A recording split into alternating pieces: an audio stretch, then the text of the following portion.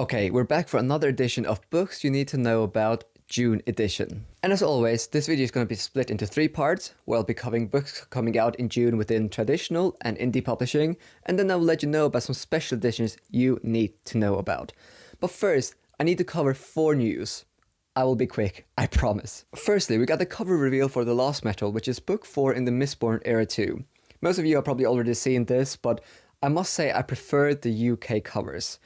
I'm a huge sucker for white covers, and this cover perfectly matches the other covers in the Cosmere. I'm really looking forward to reading this one when it's released later this year. Which cover do you guys prefer, the US or the UK cover? Then we probably got the worst cover reveals I have seen in a long time.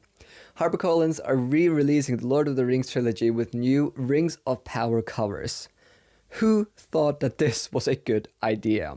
Not only do I hate movie covers and stickers on my covers, these covers are related to a different age than the Lord of the Rings. This is obviously just a blatant cash grab, and I think everyone is very aware of that, and if it works, then I suppose fair play to HarperCollins. I would never ever buy these editions though. Also, the SPFBO, the annual indie competition, is kicking off, and if you want to see some amazing covers, make sure to check out the link down below, because the annual cover competition has started. The cover that the bloggers voted for being the most beautiful was Spirits of Vengeance by Rob J. Hayes. The cover art is by Felix Ortiz. I totally get why this one won. It is incredible. Second place was Falling Through Stars by Stacey Olsen, art by Gareth Hammond, and in third place, The Skin by J.E. Hannaford, art by Paul Triff. These are all beautiful covers. The quality of indie covers keeps on increasing, and I'm all here for it. Lastly, Orbit announced that Matthew Ward will be releasing another series called Soulfire Saga. I still haven't read anything by Matthew Ward, but I've heard great things about the Legacy trilogy. This is definitely one I'll be keeping my eyes on. Okay, let's talk about some books coming in June, shall we? But first, a special thanks to my Patreons who support me and my passion for books. I really appreciate it. Let's get back to the video. Let's start with traditional publishing. First up, we have Ordinary Monsters by J.M. Miro, coming from Bloomsbury Books.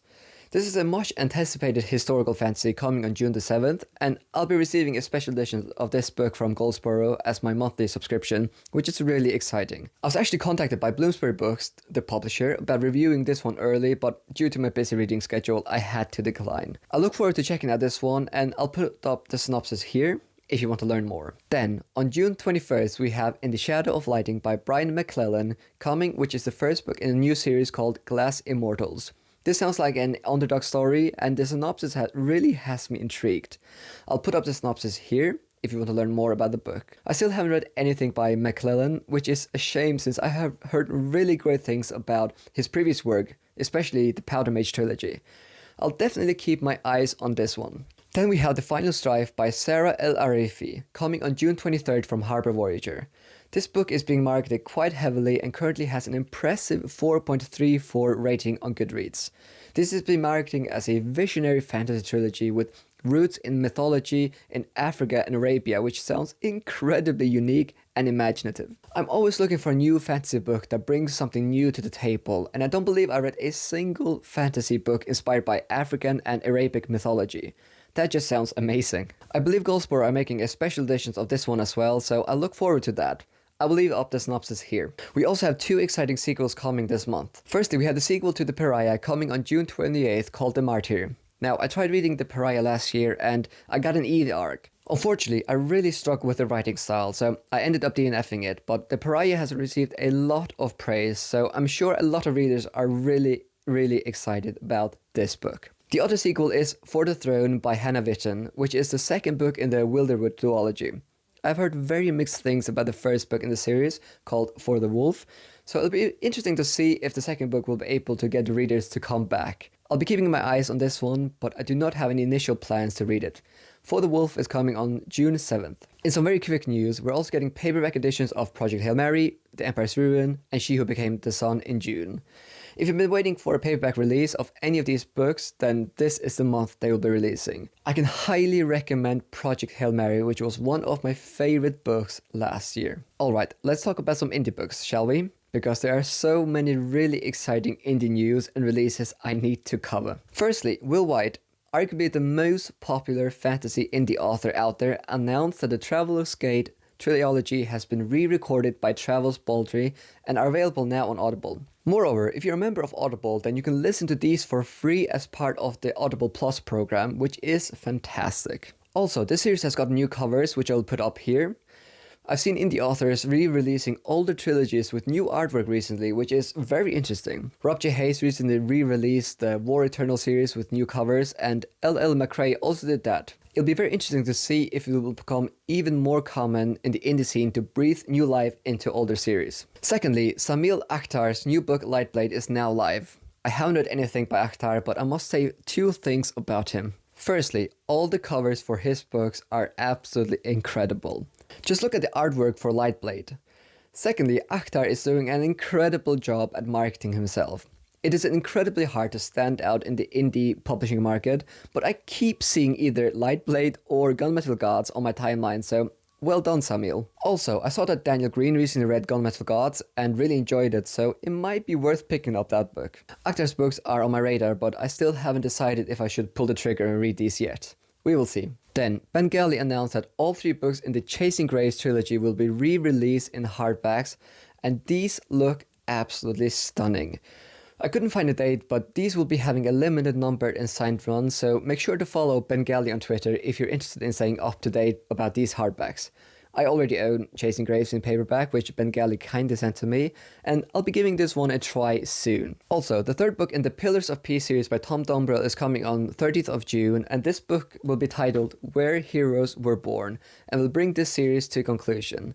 I read the first 2 books in the series, and I've actually become friends with Tom over the past year. I enjoyed both of these books in the series quite a bit. If you're looking for a very fast-paced fantasy story with lots of twists, then now is the perfect time to pick up this series. Also, make sure to check out Rob J. Hayes' blog about indie books coming in June. There are so many, and I'll leave a link down below. Let's talk about special editions, shall we? Harbor Voyager announced that they will be releasing a new special editions of the Silmarillion with incredibly sprayed edges and illustrations, and all I can say is, wow. I tried reading Silmarillion years ago, and I only got 40 pages in before I stopped because the book was just way too dense for my taste. However, seeing this edition is definitely tempting me. This will release on 10th of November this year, and you can already pre-order it on Amazon. This edition will cost around £45. Secondly, the Broken Binding released more details about their special editions of the Winnowing Flame, which is going to be the next series as part of their sub. These are absolutely stunning. I read Ninth Rain when I was super stressed with my university deadlines, which definitely impacted my experience reading it, so I want to read the second book or reread Ninth Rain before I make up my mind. Jen Williams definitely has some really great characters and interesting world building, but I didn't get much pleasure from reading it due to me feeling so stressed. I can actually see myself loving that series, so I'm definitely not giving up on it just yet. Unfortunately, the Broken Binding sub is currently full, but you can sign up on their waiting list if you're interested in these books. Thirdly, both Goldsboro and the Broken Binding have announced a special edition of A Taste of Iron and Gold.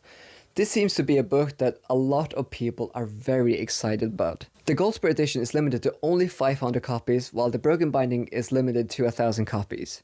I haven't made up my mind yet if I'll order these, but wow, do these look stunning. Also, this is not a special edition, but at the time of recording, you can pre-order Stephen King's new book called Fairy Tale for only £11 from Waterstones. That is crazy cheap. If you're interested, then make sure to pre-order now while it's still on sale. Lastly, the Broken Binding also announced some special editions of the Quest of Heroes duology by Stephen Arian. One is lettered and the other edition is numbered. I think the lettered edition is already sold out, but you can still order the numbered editions for £50. I read and enjoyed the series, but I think I will skip these editions. I can't keep ordering all these expensive books. If you're interested, then make sure to order these now before it's too late. And that is it. Did any of these books pique your interest? Which books are you excited about coming in June? And as always, thank you so much for watching, and thank you so much for the support. I really, really appreciate it.